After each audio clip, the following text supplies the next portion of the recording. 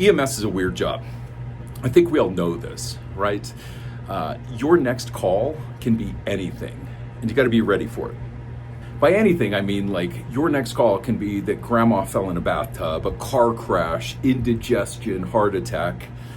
Hell, if you're a really unlucky medic, you might be the closest ambulance to an airliner crashing, right? Anything can happen. So what do we have to do to be ready for that? How are we ready for those kinds of things? I'm Angry Bill, this is Prehospital Wisdom. I appreciate your attention. Make sure and subscribe below if you haven't done that already. And let's talk about how paramedics and EMTs get ready for their shift. There's a Latin saying that I really like called nunquam non paratus. Here it is on a crest. Nunquam non paratus means never not ready in Latin. And I love it because, first of all, it's bad Latin. There's a double negative. It should be semper paratus, which is the motto of the Coast Guard, always ready. Nunquam non paratus means never not ready. I love that. I love that it's bad Latin. How are we never not ready for whatever's about to happen next? When I first arrive at work, I need to make sure that my ambulance and myself are all set to go. So when I arrive to work, I put a uniform on because, let's face it, I've explained before why I don't wear a uniform to work. There's a card up here somewhere that explains that story. Put on my uniform, make sure I'm good to go there, and then I check out the ambulance. It's one of the first things I do. There might be time for a cup of coffee before that, but I have to be ready for anything. Nunquam non paratus, right? I got to make sure that all the batteries are charged, all the equipment is there, present in the correct amounts. I don't have too much of something. I definitely don't have too little of something. I need to make sure my ambulance is ready. In addition to that, I need to make sure that I'm ready. Beyond my uniform, I need to make sure that all of my everyday carry pieces are with me, right? Like a little flashlight, that kind of thing. My trauma shears. I usually carry a pair of hemostats, a couple of pens, Leatherman tool. I have all this stuff ready to go. Beyond that, I have a bag that I call my Hate My Life bag.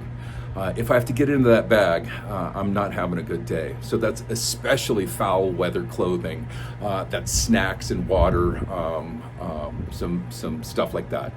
I'm having a bad day if I'm having to get into that bag, but it's absolutely necessary because the next call might be something that I need to get in that bag for.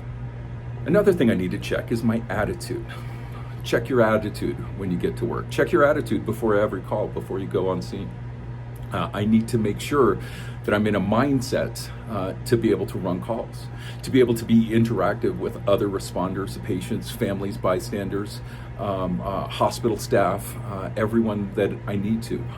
Me being in a bad mood happens from time to time, rarely, occasionally, but I'm responsible for my thoughts and my mood and my actions. And so my mood, my attitude needs to be adjusted before my actions start getting me in trouble. So check your attitude. It's just good advice. One thing I like to check on a daily basis, certainly when I'm at work, is to check my knowledge level. There's always something more for me to learn that'll help me be ready for that next call. I just took a patient that needed a VATS procedure, VATS. I'm not embarrassed to say I had to look up what that was and what was going on with that.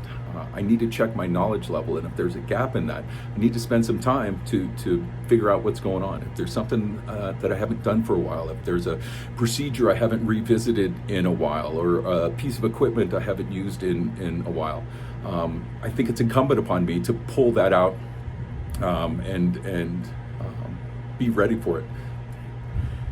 I need to be ready to use everything in there, and I can't be thinking about like, wait, hang on. I know I haven't done this in a year or two, but like, where's the landmarks for a humeral IO? I need to have that knowledge at the forefront of my mind. It might be on the next call, and remember, nunquam non paratus. The final thing that I do to get ready for a call is visualizations and pre-decisions. I need to visualize myself doing this job sometimes. This is a weird thing, and I don't necessarily do it all that often, but think about it like this, right? Do you ever work through how you're going to manage a call with your partner, like run a quick verbal scenario of a car crash, say. And we're going to divide this out. You're going to go to the far end, and I'll stick in the short end. Make sure to do this and that, and we'll meet up in the middle. The final point is kind of those pre-decisions, those pre-decision points where you need to or at least for me, there's another card up here somewhere.